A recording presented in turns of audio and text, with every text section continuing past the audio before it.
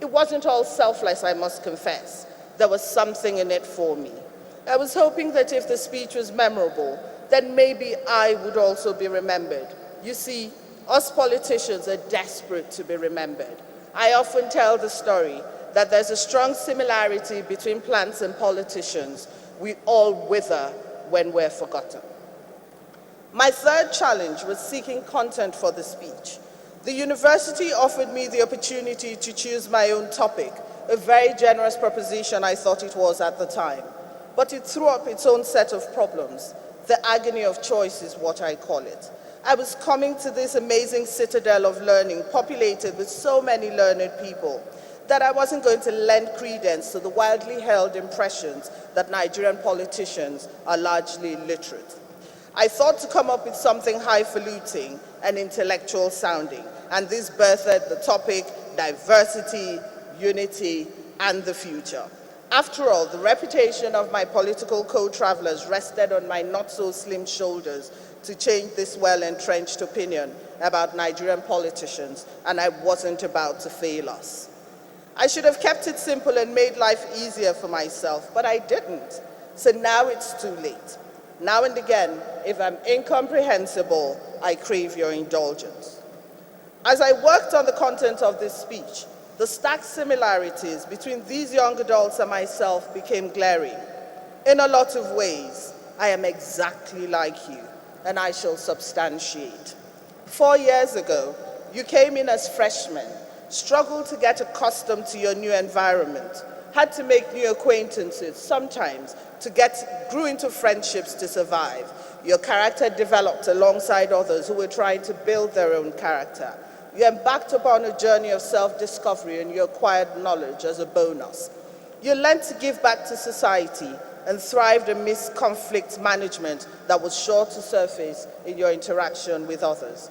4 years on, it's time to go into an unsure, uncertain future. Armed with all that you've learned, that scroll under your arm, your badge of honor as your gateway to success. This should be enough for the future, but is it really? Only time will tell. Similarly, I was elected into the House of Representatives of the National Assembly 12 years ago, a greenhorn, and like you, a freshman. I went in to serve as my primary focus, to give back to my people who had taken a gamble and put their faith in my abilities. It wasn't always easy work, nor was it always fun. I was often confronted with very difficult choices, the right choice or the easy choice.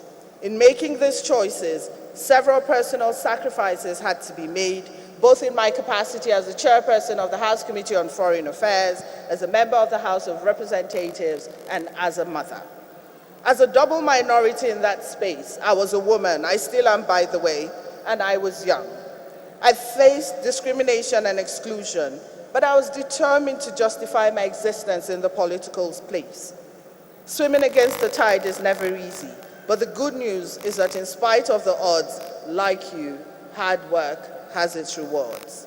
I didn't gain re-election into the National Assembly, and again like you, I stand at the cusp of a new phase in my life.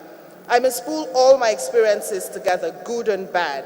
As they say, I am where I have been, and hope they're sufficient to help me excel where life takes me next. Therefore, I am beyond grateful for this experience to speak with you. Working on this speech for me was cathartic. In my life's journey, I stand where you stand, even if we're generations and experiences apart. This makes me less self-conscious about admitting that sometimes I'm really terrified about the next step. But I find fear to be a great thing, for it gives me the opportunity to conquer it, to birth hope, ingenuity, and strength.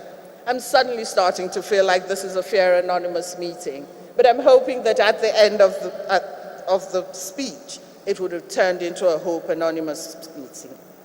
First, I shall tell you how I deal with my fears, and I'm hoping to get an opportunity to hear from you on how you deal with yours, and probably learn from the energy that I feel in this room. I saw a movie a long time ago, The King and I, starring Yul Brynner and Deborah Kerr. And a song from that movie always gives me a quick fix. The words of the song go, "Whenever I feel afraid, I hold my head erect and whistle a happy tune so no one can suspect I'm afraid. It is, as I said, a quick fix, because once the singing stops, there's always tomorrow to deal with. The catch is, I am scared, but I am fearless. On to my topic for today, diversity, unity, and the future. Most people will view my choice of topic with skepticism and dismiss it as a typical politician speech. But my choice of topic derives from my desperate need to preserve all the fresh, enthusiastic seeds that have